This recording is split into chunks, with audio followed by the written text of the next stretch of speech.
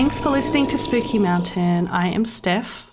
And I'm Jordi, and thank you so much for tuning in to this week's episode. We're very excited to bring you some spooky updates and some pretty cool stuff. Steph, what's your story this week? Well, mine's a little bit of a shorter story today. Okay. But it's a really good one. It's a mystery. Ooh. It's about a disappearance. Ooh. Yeah, I really like this story. Unfortunately, there's not too much on it, so it is going to be a bit of a shorter one, but I really like it, and it's just a classic, and I don't know if many people know about it, but it's just a really kind of fun mystery story. Yeah. Awesome. Well, that works really well because mine is it's quite a long one today. I'm pretty sure it's a long one. I haven't timed myself, but I'm going off amount of pages that That's how I do mine too.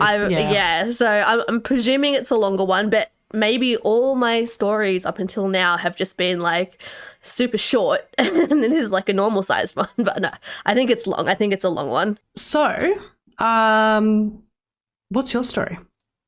So my story is also I was going to say it's a bit of a mystery as well, but it's not a mystery. It is another one, and I think this is going to be my last one doing this because I've been doing a fair few of them. Okay.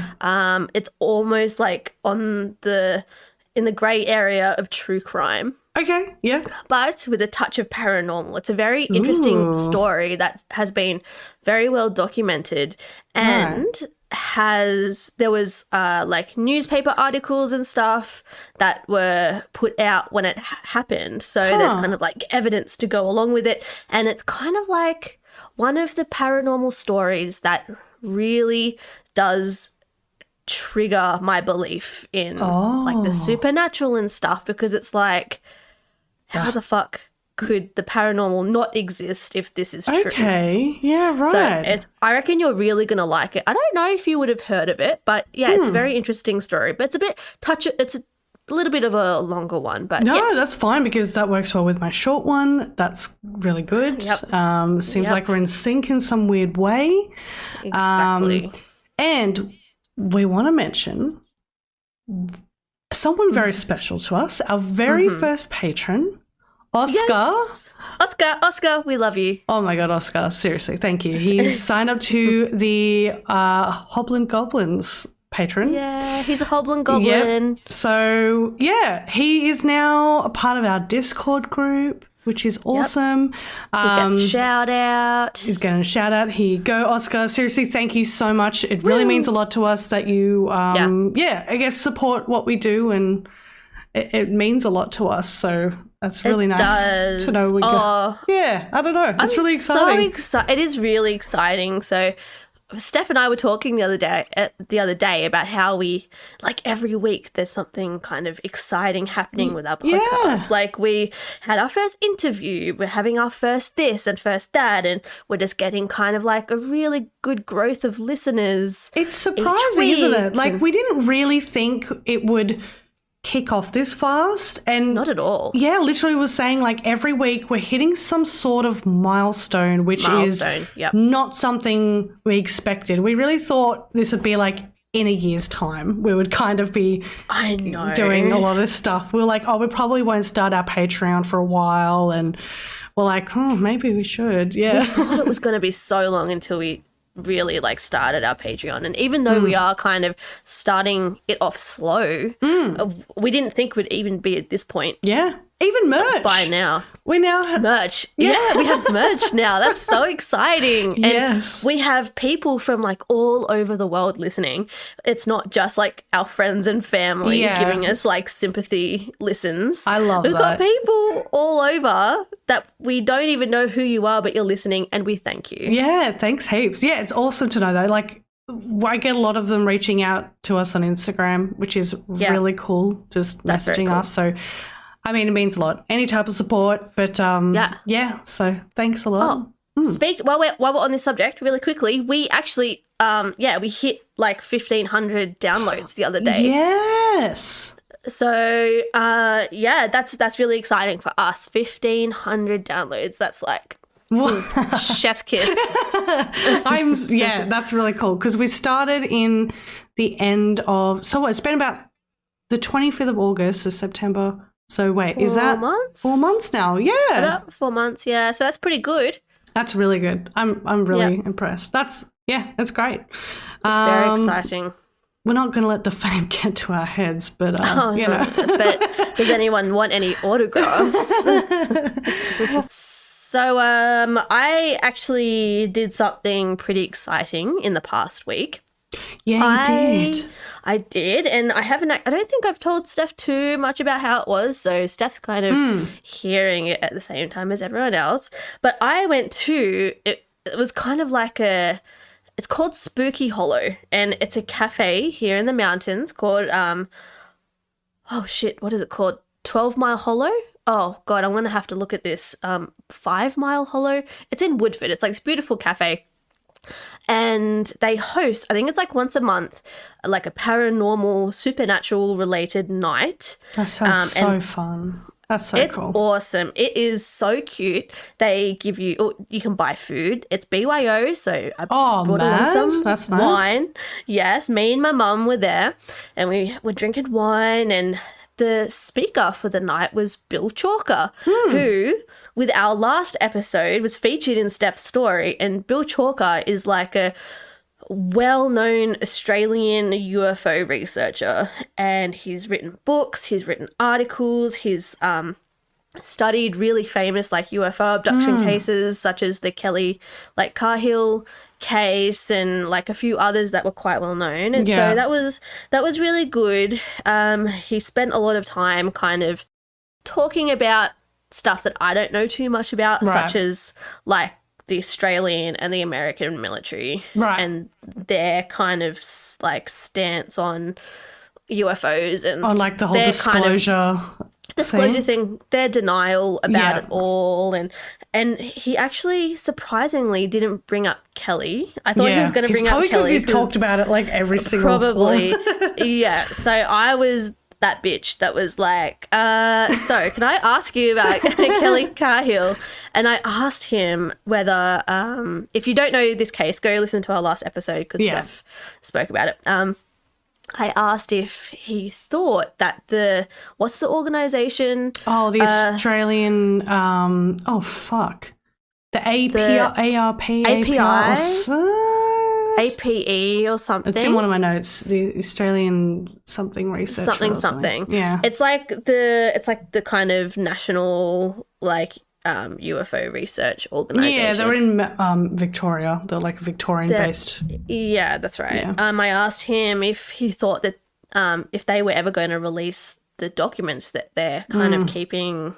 Oh, good question. Lock and key, and he was like, "No, absolutely not. Like they're not going to come out." Yeah, right. And I was like, "Oh, interesting," because I thought maybe they would eventually, That sucks. It's been a long time. Yeah, and so after he answered that, I was like, "Do you think that there's some information in those documents regarding the other witnesses that didn't really come forward too much and didn't really say anything?" And I can't exactly remember what he answered, but he thinks that there's like some kind of like one of the cars that witnessed the event was like some kind of like German lawyer, political person. Right. Okay. And so he thinks that's maybe why information about that person hasn't come out. Yeah, they were super vague on that. I remember reading like he was just like a lawyer or something, and that was it. I was like, huh? Maybe that. Oh, he did say that. He said there was a lawyer as well, but some of the people were kind of like politically involved, and there was like a reporter or something there as well. But he was like, we're not going to hear out any more information about that either. And so he kind of mentioned a few things. Yeah, about that. You squeezed it out of him, but yeah. Oh, it was a very interesting night, though. He's a very nice guy. It was funny when I said to him, I was like, "Oh, I do a weekly podcast called Spooky Mountain with my co-host." He was like, "What's the name of your podcast?" And I was like, spooky mountain. And he was like, oh, that's all right. He was like, there's a podcast that shamed my name just a couple of weeks ago and they really did me dirty. And I was like, oh, that wasn't us, I promise. Oh, no, definitely. No. Oh, no. Oh, that's so mean. It's quite mean. But yeah, it was really interesting night. But yeah, if anyone's in the mountains, should definitely look up Spooky Hollow because once a month they're doing some pretty fun shit. They sometimes have like psychics coming in to do like readings, and they've got like their local Yowie man that comes in and talks about like he comes in and talks about like Yowie sightings around the mountains and stuff. And we shared their page. I mean, they've got a Facebook page. We shared their event on our Facebook page, so you can follow them that way if you're a local. That sounds really cool. I had a completely different weekend. What was your weekend like, Steph? Well, I turned into party girl Steph, which was really not common because I like... Oh, my God. You know, from the early episodes, hearing me in lockdown talking about my garden, just cooking, and that is me. But one of my good friends, Ailey, shared one of her stories on here. She came down because she had an art show. And I said, absolutely, let's go together, come stay the night. And we had some drinks at mine. We got the train to the art show. It was super fun, the art show. And we both bought an artwork, which is cool. Such a cool artwork. So funny. And lots of free champagne, or not champagne, rosé. We're just drinking heaps of cheap rosé. Then it was a weeknight. This is like Thursday night. So everyone's like, oh, you two are getting a bit loose. And we're like, are we? Oh, shit. Like, we didn't have work the next day. And then we went to the pub across the road, and just me and Ailey, we were just drinking gin and tonics. We're in the, like, outdoor area, like the smoking area. And the pub started to close, and one guy came around the side of one of the glass doors and locked the door. And then the other door, so there's two doors, and another girl from the bar came and locked the door as well. And we were just sitting there. We were the only ones out there going, did they just lock us in? Like, were you locked in? They couldn't see us that we were in there. And you can't see the bar or anyone else from outside the glass doors. And we didn't really pick up on this for a while because we were just like wasted. We were like, what the fuck? How do we get out? So we had to go through like the emergency exit in the beer garden to get out. No way. Wow. You should have just stayed in the pub and drunk all their alcohol. We couldn't have gotten it. No, we're in the outdoor area. Oh, you're in the area. Outside. Yeah, okay. So we just ended up in this like weird car park, and we were like, how do we get back? We ended up getting electric bikes. Have you been on an electric bike before? Are they those yellow ones that you find all around the city? Yes. Yeah. So I've never been on one. I've seen them just like trashed all along like train lines and shit. Everywhere in this city. So I'm sure they're all over the world at this point. But yeah, there's like so many different brands. And I've never been on one. And I don't think Ailey's ever been on one either. But from this point where we were, I lived probably like a 15-minute drive away. And we were like, hey, let's get electric bikes and ride back. Is this after a good amount of drinking? Absolutely. Just a stupid, like really ridiculous. We nearly got tattoos as well, but we couldn't find a tattoo shop that was open. Like I'd never even had a tattoo. Had you already like decided on what 100%. Pattern? Yep. We were like, I said, I'm not spending $50. I'm not spending any more than $50.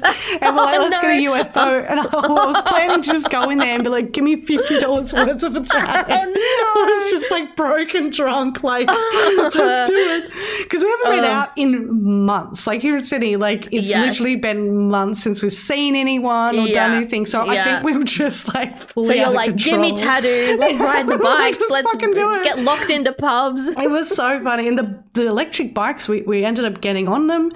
Now you're shorter than me.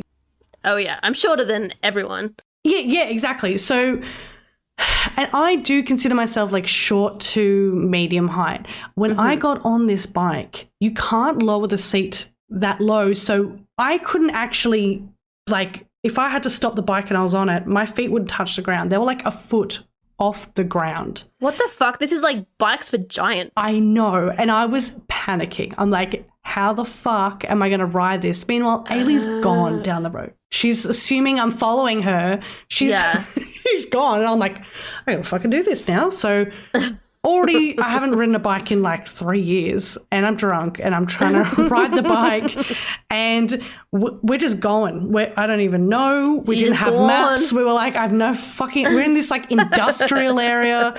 And then this massive alarm starts beeping because we're leaving a restricted area where you're not allowed to go out of, which I had no idea that they were restricted. I thought that someone's house alarm was going off or something, and then we realised the electricity stopped on the bike and the brakes started to slow us down, and we were just dragging along the street, like screaming, just going, what is happening?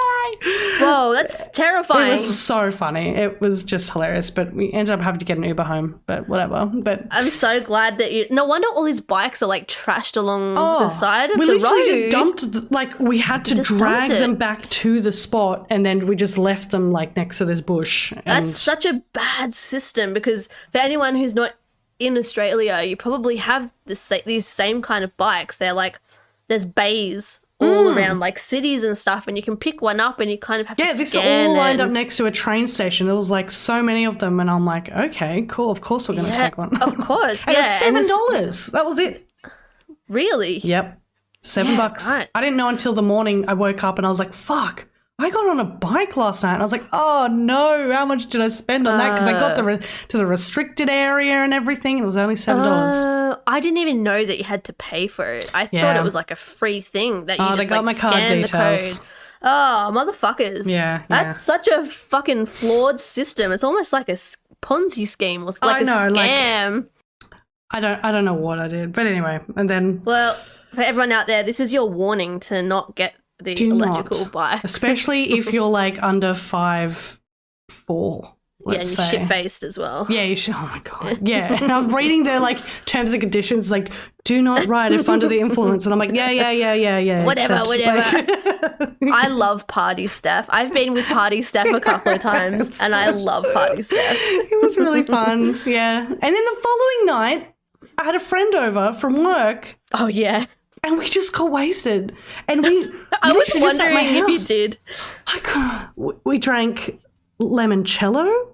That's so gross. Which is like so you don't get drunk off limoncello. It's like an after dinner sip, you know? Absolutely. And how much limoncello did you have to drink to get drunk? I've still got some here, but like we drank that, then we had white rum, we had gin, and then we had peach schnapps. Yuck. It was and I wasn't hungover the next day, and I think it's because I forced myself to eat pad thai. Oh yeah. Before I got drunk. Yeah. But anyway, it was just what a great week for Steph. I won't be doing that for like 6 months, so that's got that out of the way. Yeah, you got it like all out of your system after lockdown kind of just turned us into hermits. You know what? I have nights like this sometimes where I'm just like, it's usually after a really bad day or like a really intense day. I'm just like, fuck it, I'm getting drunk. Yeah. And I'll just drink like heaps of port or like heaps of fucking Baileys. Yeah. Yes. Yeah, you just got to do it. Tasty. You know, your brain's like, just keep going. It's fine. You just need to do it. And you just lose your inhibitions for the next day. And absolutely. You're just like, I don't care. There was no regrets. How awful I'm going to feel, how little sleep I get. I don't give a shit. Yeah. I've got a bruise on my leg from, I'm assuming, falling off the bike many times. I was trying to get on at the start. I was doing like little practice laps around the train station. Like smart. And I've got a fair few bruises. But that's it. No regrets. The tattoo wouldn't have even been a regret. We're definitely going to be having to do our drunk as fuck episodes. Yes. I've got I'll do the limoncello. And the limoncello. Oh my God. All right. I'm going to get into my story. Oh, yeah. I'm really excited to hear what it is. I've got no clue what this could be. Yeah. So it is a strange disappearance that happened at the Flannan Isles Lighthouse in the 1900s. Yeah. So the lighthouse is situated on the highest point of the Flannan Isle at Eileen Moor, and it's a small group of islands off the west coast of mainland Scotland. So it's also known as the Seven Hunters because they're like 7 little islands in a group. Right. So beautiful, lush green location. So it's really isolated. And the mainlanders, so the people on Scotland, actually consider this place to be super haunted. On the island, there stands a ruined ancient chapel with no history surrounding it, which is just like some weird, mysterious chapel. Wow, strange. Yeah. And shepherds would actually leave their sheep there to take advantage of the greenery, but the herders would actually be long gone before it would even get dark. They would never want to stay there at night. They just did not trust it. Right. And they often referred to this place as the other country. That's what they would call it. They always said that it had some indefinable aura that could not be ignored. The island had no permanent residents other than the sheep that would graze there. So the mystery around this story begins on December 15, 1900, so it kind of started with the Arcta. So it's like a ship, and it was on passage from Philadelphia to Leith during a very large storm. The captain and crew noticed that the newly built lighthouse on Flannan Isle was not operational as they went past. So when they finally docked into Leith, they actually reported this to the Northern Lighthouse Board. A vessel called the Hesperus, it's called the Hesperus, they sent that out on the 18th of December to investigate what was going on, and it was due to get to the lighthouse on the 20th of December. So it would only take about 2 days to get there. But because of this really big storm and bad weather conditions, the ship was actually delayed and it didn't reach the island till the 26th of December. Now, this lighthouse, it was always manned by 3 men. This time it was James Ducat, Thomas Marshall, and Donald MacArthur. And there was a 4th man that would rotate so they could have time back on shore. So as the vessel arrived closer to the island, they would usually be greeted by the lighthouse keepers, but no one showed up. They noticed that the flag staff had no flag. There were provision boxes still in their place where they would need to be refilled. Something didn't seem right. So the captain blew the ship's whistle and even set off a flare gun to get their attention, but no one came. So they got Joseph Moore, who was the 4th keeper that was on shore, and they put him on a boat to go and investigate on his own. So once Joseph got onto the shore, he walked up to the lighthouse and noticed that the entrance gate to the compound and the main door were closed. Then when he entered the lighthouse, the kitchen table had plates of meat, potatoes and pickles, so all still there. Oh, no. All the beds were unmade. The clock was unwound. And as Joseph was alone, he decided to go back to the main ship and get some others to look around with him because it was just getting really creepy. Yeah, he was like losing his shit. Yeah, like fuck this, why did you send me on my own? Yeah. So he came back with 2 other seamen. Yes, tell me more about these seamen. There's two seamen. Yes. And they went back and they looked around further. They saw the lamps had been cleaned and refilled and 2 of the oil skins were gone. Just for your information, I had no fucking idea what an oil skin was when I was researching this. It's pretty much just it's a raincoat. It's just like a really hectic raincoat that like sailors and fish plant workers wear. Like a dryzer-bone. No fucking idea what that is. You don't know what a dryzer-bone is? It's like a fully Aussie, like kind of almost like a leather coat, but not like black leather. It's like a hide coat, and you have to. My boyfriend has one. Oh. You have to oil it to kind of make it waterproof. I think that's what this is. Yeah, it's like it sounds like the same thing. Full like coat. Yeah. It's massive. Yeah, it's like a full cover. It's like waterproof and like dry as fuck as well. Warm as fuck, sorry. Like very warm and dry and protective. Right. I think that's pretty much what this is. Right, okay. I'm pretty much going to call it raincoat from now on. Okay. So if I say raincoat, everyone think of a big oily coat, oilskin coat. So, yeah, he noticed that 2 of the 3 oilskins are gone. So there's always 3 there.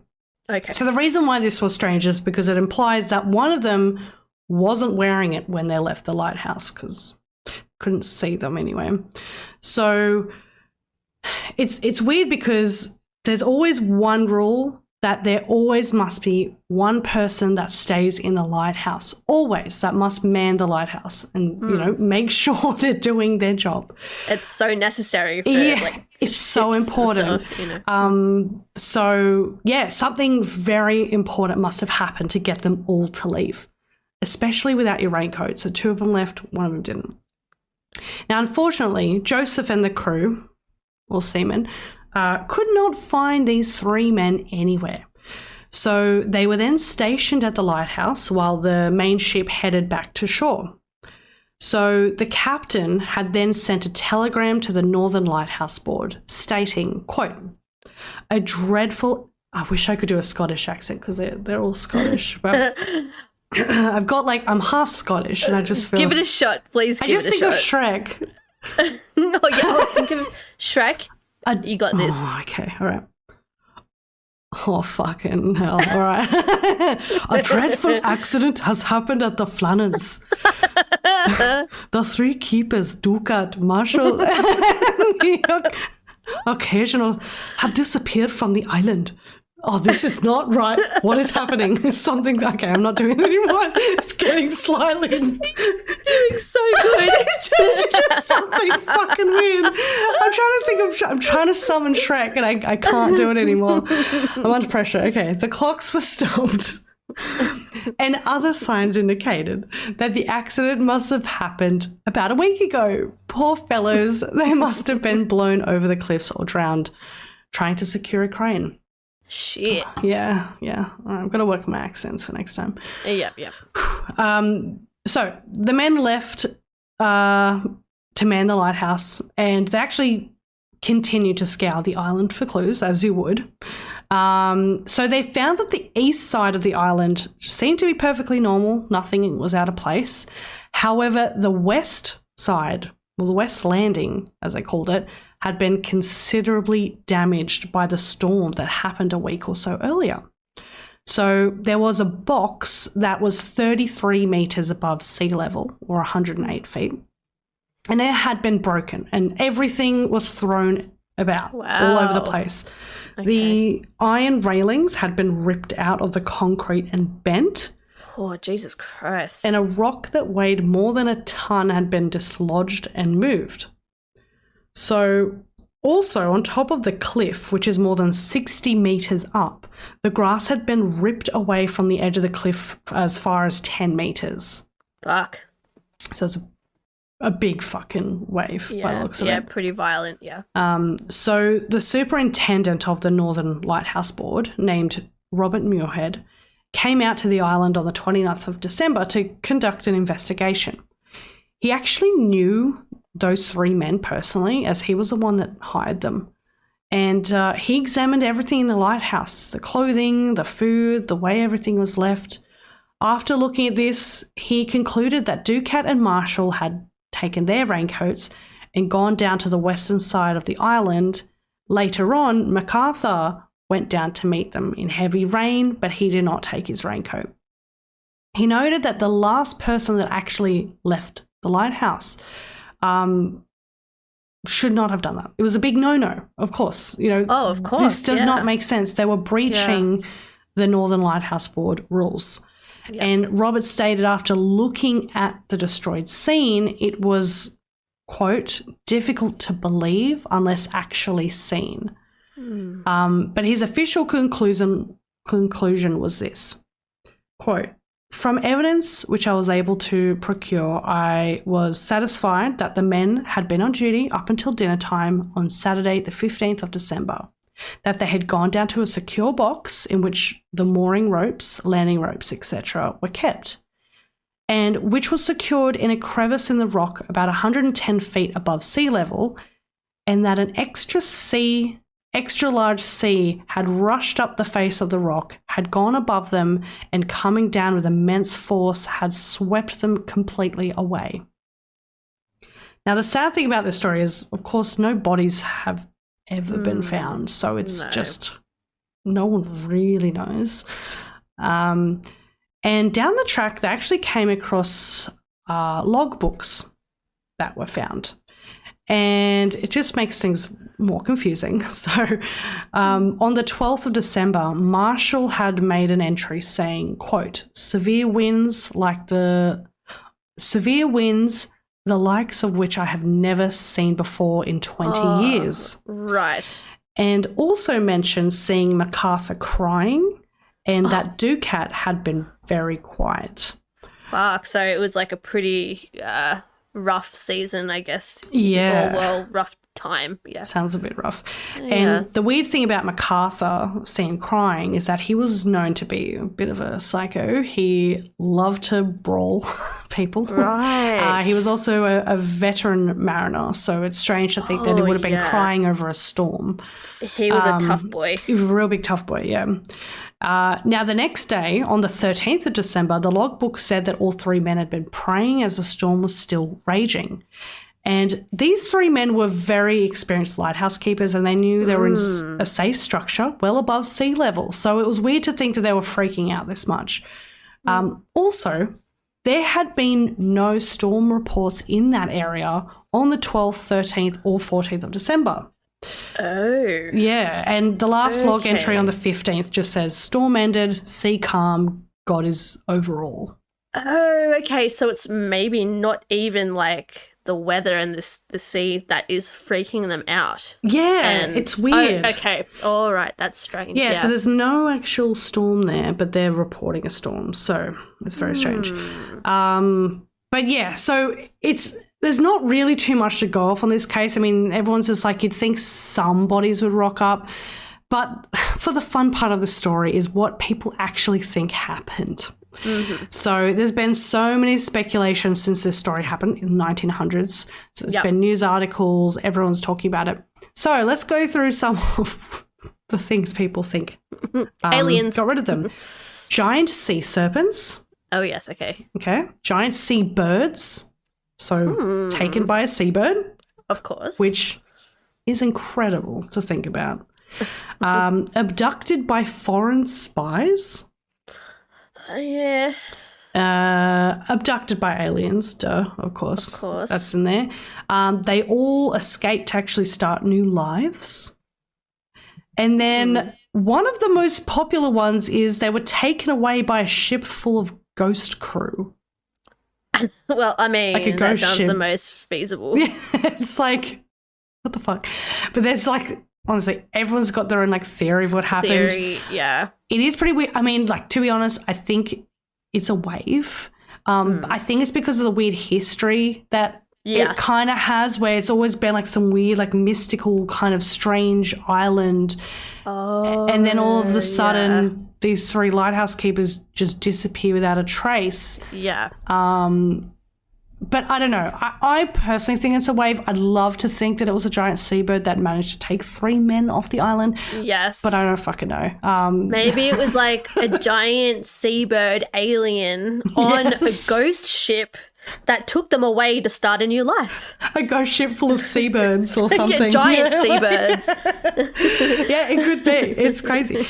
But like literally this is all I have for the story. I was like, I have to just touch on it because I think it's fucking weird, but it's a good mystery. It's a really good mystery. I think like the fact that it's in an area where there's so much kind of like fear surrounding it anyway. It's like, what? But it is strange. Scary. It's a strange occurrence. Yeah, for the locals to not even want to spend the night there ever. Like, and I looked at it on Google Maps, like it is quite far in the middle of nowhere and it's a beautiful island, but it's just like very lush green grass. Yeah. It's just weird. Like, no one's built houses on it or anything. Like, there's literally nothing there. Is the lighthouse still there? The lighthouse, I think it is. But I don't think it's actually in I think it's not I don't think anyone needs to be in there anymore. No, I think I'm it might pretty be sure automated. all lighthouses are automated now. Actually, cool fact, I think I'm going to get this right. I'm sorry to any of my family members that are listening that may hear me say this incorrectly, but I'm pretty sure that one of my family members, I can't remember who, was they were the first lighthouse keeper in Australia. What? Yeah, I'm pretty sure that's what it is. Very cool. On my dad's side, because my dad's side of the family always, pretty much everyone came from, the Queensland area. Oh, around. Okay. And so everyone was kind of, very coastal, and a lot of my family members, swam in the ocean every day, and they'd swim with turtles and stuff. So, and one of them was, either the first lighthouse keeper of Australia or of Queensland. Okay, yeah, because the first lighthouse of Australia would have been, near Botany or something? Probably. Oh, yeah, that makes sense. It maybe was the first lighthouse of Queensland. Or, up near Manly area, I'm assuming. It definitely would have been New South Wales area, because all the ships would have. Oh, well, I mean, as in the first lighthouse would have been. Yeah, the first lighthouse would have been New South Wales. Yeah, and it was definitely Queensland that this was. So okay, it was maybe probably the first. That's still fucking awesome, though. What the hell? I've never been in a lighthouse. I don't think I have either.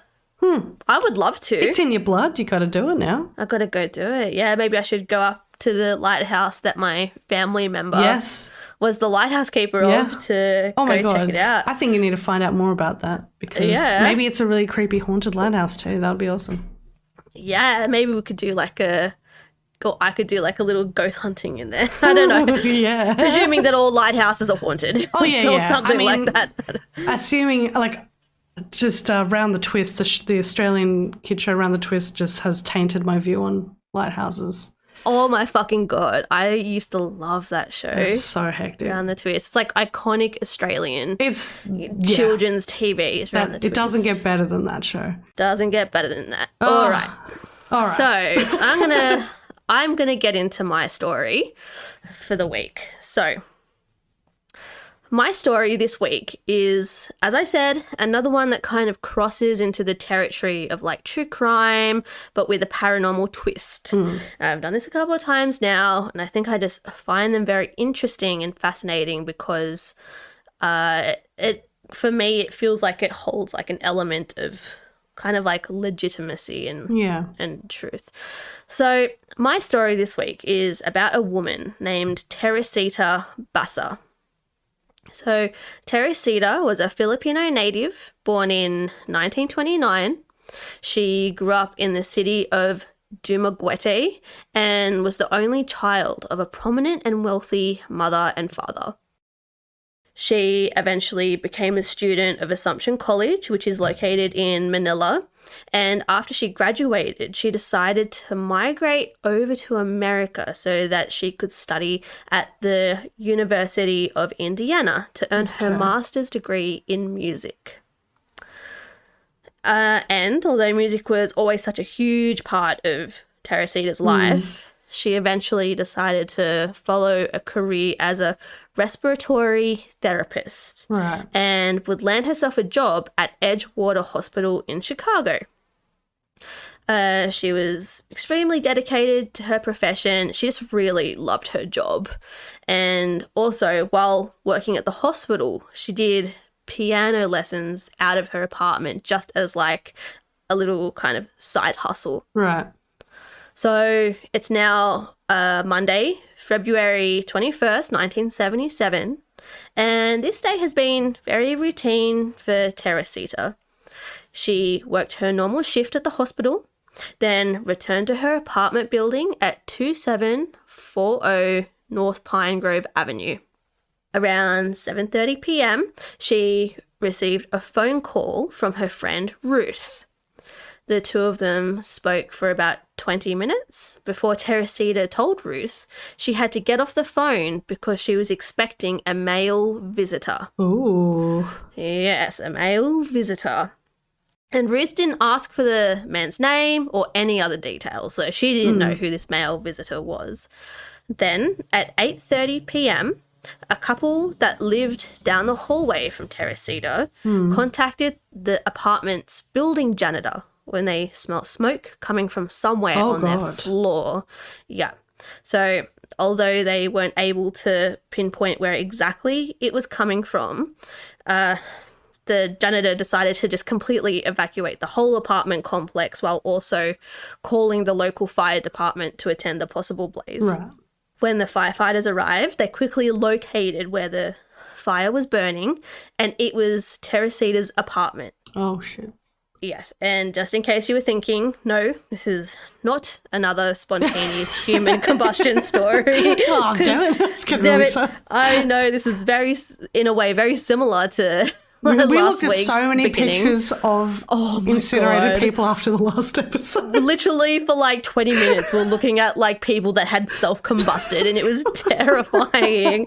We were like screaming into our computers. Well, this is not a spontaneous combustion story, but it's equally as interesting though. So thankfully, the firefighters were able to extinguish the fire in Teresita's apartment within minutes, stopping it from damaging any of the apartment. But very soon after they investigated the fire and what had caused it, they realised that this fire was not accidental. And when they extinguished the fire, they discovered Teresita's lifeless and naked body. Oh.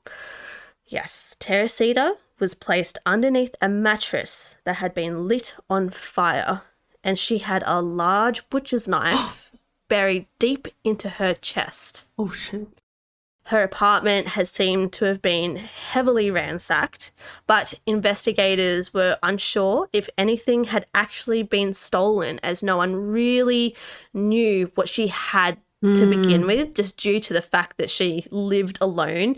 And even though she was a social person, she didn't often have people over other than like her piano students.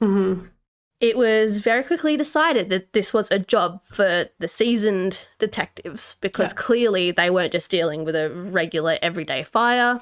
This was a homicide. When the detectives arrived, they noticed that in between Teresita and the mattress, there was also a layer of clothes that had been lit on fire before the mattress had been lit. Since Teresita had been naked when she was found, the investigators assumed that she had been assaulted sexually around the time of death. But later in her autopsy, it was found that she had not been assaulted in this way at all. So the murderer had purposely, it seemed like, staged the crime scene to make it look this way. And while the fire had destroyed some evidence in the apartment, and the whole home was totally upturned due to the ransacking, they were still able to determine that a struggle had taken place before Teresita's death. So even though everything was just in shambles, they could still see that there was... Sounds so weird. Such a weird scene to look at. Oh my God, this story just gets so weird. Investigators spent a huge amount of time carefully combing through Teresita's apartment, looking for any sign of clues that would lead them to the perpetrator. The only thing that they considered could possibly take them to a lead was a piece of paper found in the home that read, "Get theatre tickets for AS," like the initials AS. They had no idea who AS was, and they couldn't tell how recent the note had been written. So they decided to just take a few weeks to interview Teresita's neighbours, co-workers, friends and classmates to try and figure out who AS was, but to no avail. During the investigation, detectives really got a good idea as to who Teresita was. A quiet, hardworking woman who occasionally dated, but nothing ever lasting more than that, really. She had no enemies, and everyone they spoke to were very surprised that someone had murdered Teresita. This just was not expected at all. But even with all the interviewing and learning about who Teresita was and looking through her apartment, the detectives still had absolutely no idea who had killed the woman. And after a few months, the case went cold. Yeah, right. So, yeah, the case just sat dormant for a while with no evidence or information at all. That was until something very interesting happened.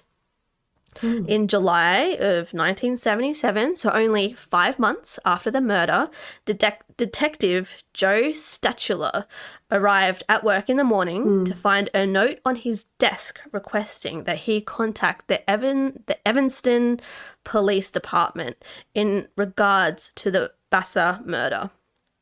Intrigued at the sudden mention of a case that went cold months ago, Joe straight away hopped on the phone and contacted Evanston. When he got in touch with another officer at Evanston, he was informed that they had received a call from someone who claimed to have important information about Teresita and her murder. So it's getting juicy. Yeah. Joe was told to get in contact with a person named Dr. Jose Chua, who lived in Skokie, which is just a suburb of Chicago. Detective Joe Stachula and his partner, Lee Eplin, managed to get in touch with the doctor, and they arranged a meeting in his home. After a few minutes of small talk, the doctor began to talk about Teresita. He seemed almost embarrassed or wary of what he wanted to say. He seemed very anxious. The doctor then asked the detectives if they had any belief in the occult or supernatural, which was a bit of a surprise to the investigators. Yep. The two detectives did their best to not laugh and appear non-judgmental, but it was hard. The two seasoned officers exchanged a glance that was obvious that they both knew that they had come to Skokie for no reason and they were just wasting their time with this guy. But Dr. Chua continued, despite noticing the two detectives' hesitancy in his suggestion of the supernatural. He explained to the detectives that he believed his own wife, who was named Remy, was being possessed by Teresita Basa.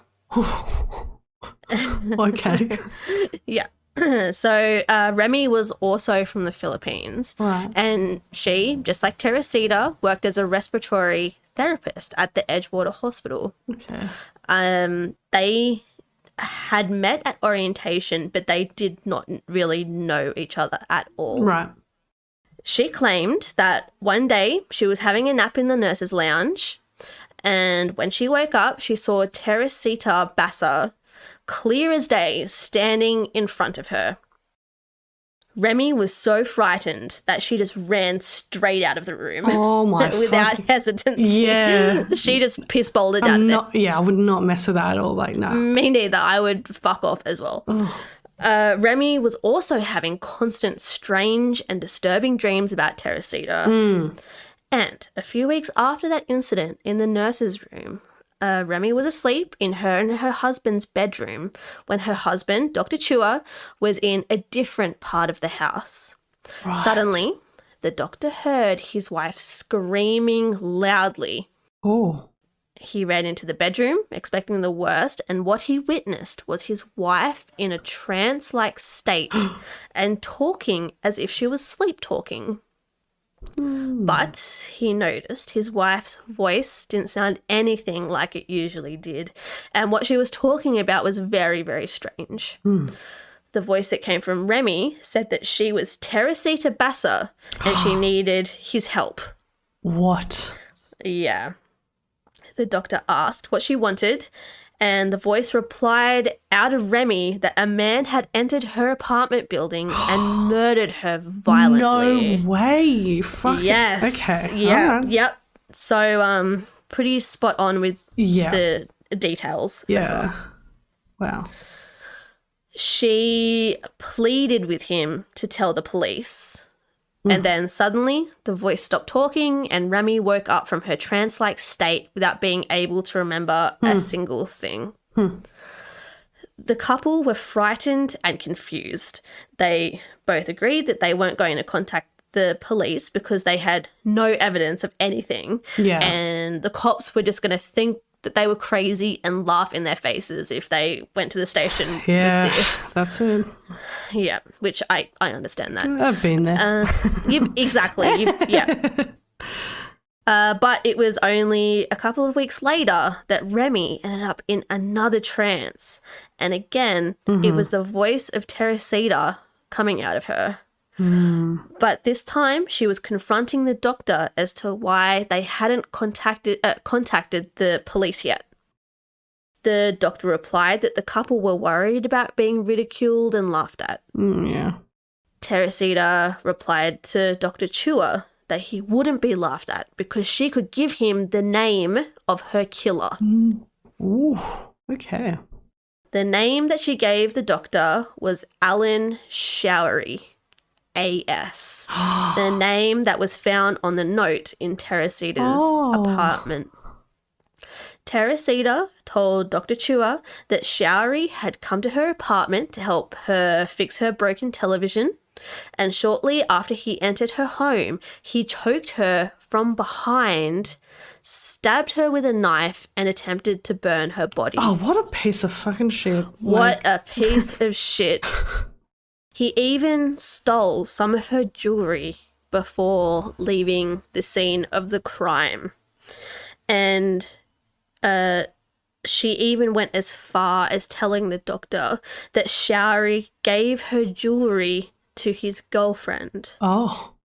So that's so specific. Like, what? It's so, and it gets like so much more specific as well. Like this, It gets like so much more just wild than this. Okay, wow. The voice that seemed to be Teresita's was shockingly even able to provide the names and phone numbers of 4 different people that she knew that could positively identify that this jewelry belonged to Teresita. Right. Again, the voice of the murdered woman pleaded and pleaded that Dr. Chua and his wife go to the police with this information. It was then that Remy snapped out of the trance and once again had no memory of what had occurred. So it was at this point that Remy and her husband decided to finally bring the information to detectives to try and solve Teresita's murder. Initially, the detectives were very skeptical of the couple's story, and I think rightly so. It's pretty just like crazy for people to be like, we have this information and because my wife was possessed. But they did end up deciding to interrogate Alan Showery because they recognised that the initials of this man aligned with the note in Teresita's apartment. And they really had no other leads apart from this. The investigators ran a background check on Alan, and wouldn't you know, he lived just around the corner from Teresita, as well as being employed at the same hospital as Teresita was, the Edgewater Hospital. Oh, ew, okay. Yeah, so there's starting to be some details that are a bit sus. The detectives also decided to interview some of Alan's co-workers, and they were surprised to hear over and over again that these co-workers vividly remember Alan talking about fixing Teresita's television. They were starting to piece things together, and they started to think, is this actually possible? Is the murdered Teresita solving her own homicide from beyond the grave? Yeah, that's nuts. It's crazy. The investigators decided to pay Alan Showery a visit at home in his Chicago apartment, just unannounced. Yeah. They find Alan and his girlfriend, Yanka, in the home. They informed the man that they were conducting an investigation into the murder of Teresita Basa and requested that he come with them down to the station for some questioning, and Showery agreed. During the interview with Alan, he initially denied ever going into Teresita's home. But when they confronted him with the fact that other people had overheard him saying he was going there to fix her television, he changed his story instantly. Oh, yeah, of course he did. He admitted that, yes, he had gone to her apartment, But he said once he got there, he realized he didn't have the right tool that he needed. And he left, telling Teresita that he would have to do it just another time. Mm-hmm. He said that he left Teresita's apartment with the woman still alive and well, and quickly returned home to fix an electrical issue that Janka was having in their own apartment. The detectives were still pretty perplexed at the fact that they were following a tip from a ghost. Though, despite this, they were starting to become convinced that they had their guy. They had nothing else to work with, so they were like, we're just going to go with the ghost thing. That's we're it. just going to flow with it. So in the middle of their interview with Shiari, they paused questioning the man so they could return to his apartment and question his girlfriend after he made even further suspicious remarks in regards to his happenings that night. But it was mainly so they could ask her if she knew of any electrical problems that Alan had been repairing in their apartment. Like he had mentioned, it was why he left Teresita's apartment. Yeah. Janka denied ever having knowledge of any electrical issues at all. And even if there were electrical issues, she said that Alan would probably have just no idea how to fix them anyway. As far as she knew, Alan couldn't make any kind of repairs of that nature. He was actually quite hopeless with that kind of thing. Which is also interesting as to why he was at Teresita's offering to fix her television, because he wasn't good with this kind of thing. Yeah. The detectives then asked Janka if her boyfriend Alan had given her any jewelry lately. And of course, she said yes. The detectives were working off the assumption that if Alan was the murderer, he would have taken Teresita's jewelry from her apartment and possibly given it to his girlfriend. She said that he had given her a couple of pieces of jewelry in February, which is right after Teresita had been murdered. Okay. He had told her that they were belated Christmas gifts, and belated, very belated, very belated. A whole close to Valentine's Day. Yeah. You could have just said that instead. Dumbass. Oh my god. Oh, this is from Christmas. Like, you fucking idiot. She's already moved on from that. No, that's hilarious. What an idiot. He's not a very good boyfriend either, as well as a possible murderer. So he told her that they were belated Christmas gifts, and she was actually wearing them at that moment they were facing her.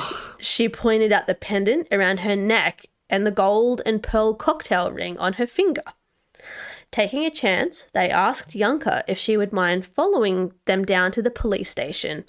And just like her boyfriend, she agreed. It was clear she had no idea what was about to happen or what was happening with her boyfriend. Yeah. The detective also rushed to interview the people that Teresita claimed beyond the grave could identify the stolen jewelry. So when she was talking through Remy, she was like, I have the names and numbers of people that can identify that this is my jewelry. So they really quickly contacted all four of these people that Remy had relayed to them while being controlled by Teresita. All four of these names and numbers shockingly lined up. So all the names related to these numbers that Teresita had said. And all four of these people quickly confirmed that the jewelry that Janka was wearing absolutely 100% belonged to Teresita. Holy shit. Yeah.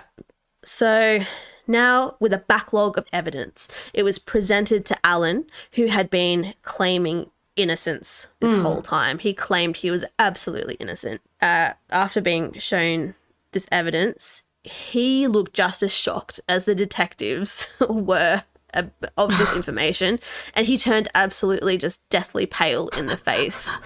And he immediately confesses to Teresita's murder. Oh my god. Yeah, so he was you got me, you got me. He said that he decided to rob her because he needed rent money.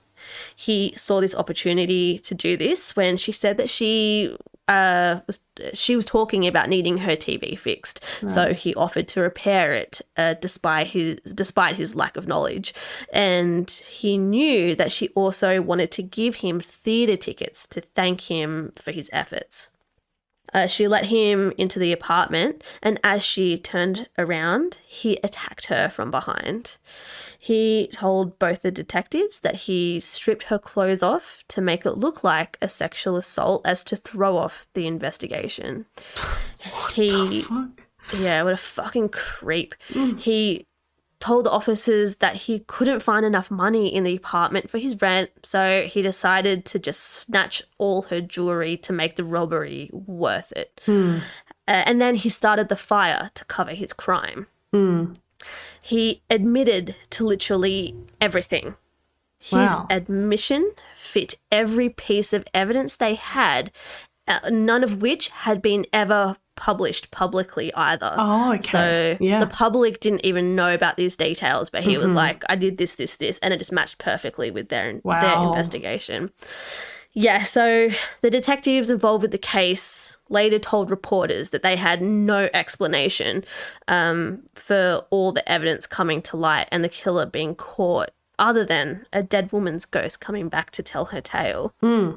They were now firm believers in the paranormal after this whole thing happened, starting off as skeptics. Yeah. Alan Showery was arrested and the case was brought to trial on January 1st, 1979, but this resulted in a hung jury 4 weeks later. Oh, you're kidding. Okay.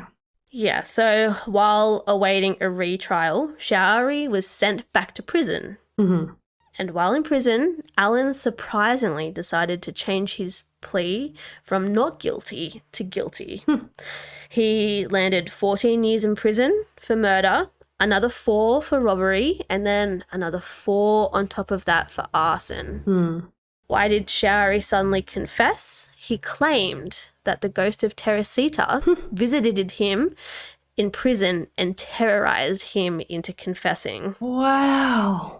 Yeah, so if Alan Showery is still alive today, he would be a free man now. I wonder if Teresita is still terrorizing the man that brutally murdered her in her own home. Oh, for sure. That's the story of Teresita Basa and her solving her own murder from beyond the grave. I've never heard that. That's amazing. She must have such a strong soul. Soul. Like like she must, to carry Strong on spirit. that strongly is insane. And she was just determined to get this I guy love caught by that. the police. I love How that. good is Teresita as well? She's just like the baddest bitch. She's like, no, fuck this guy.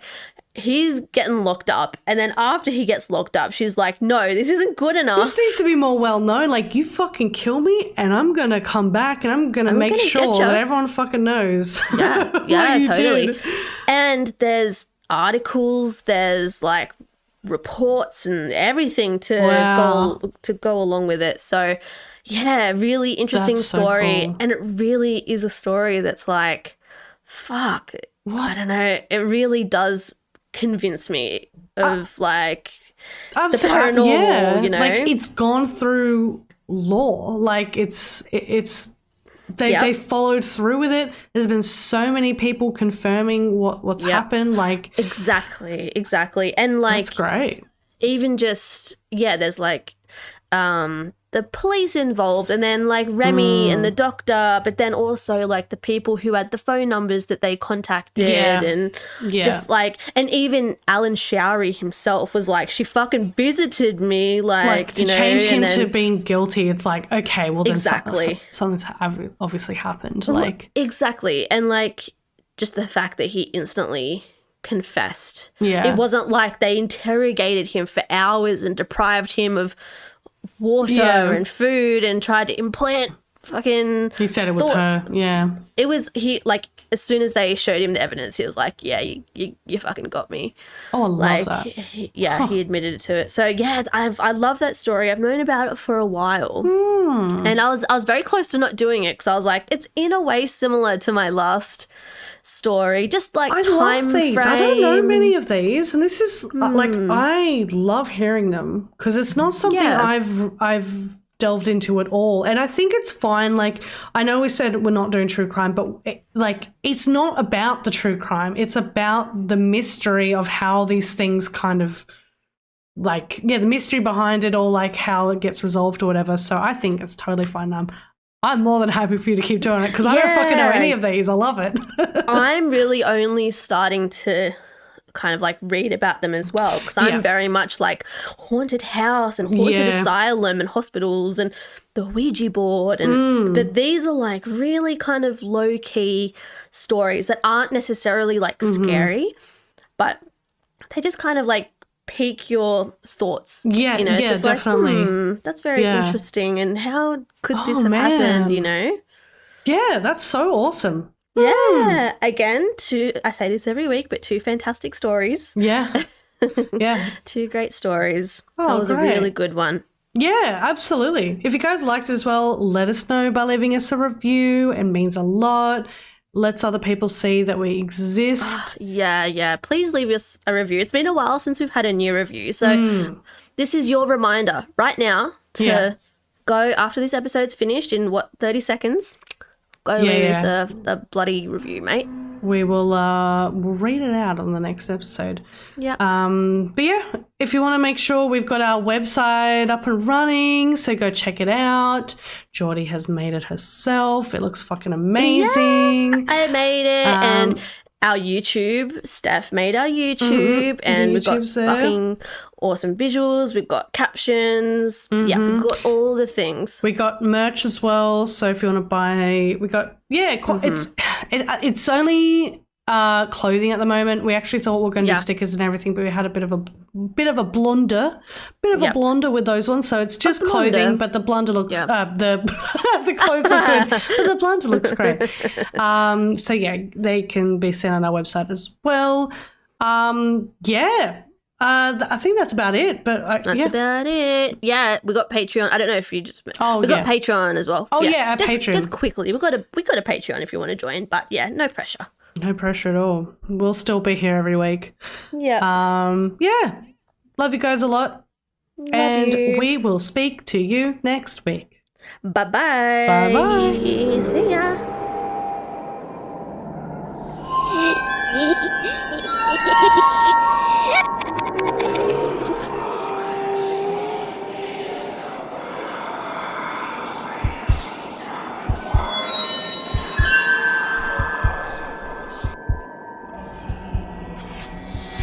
This episode of Spooky Mountain was created and recorded on land of the original custodians, the Gundungurra and Bidjigal people.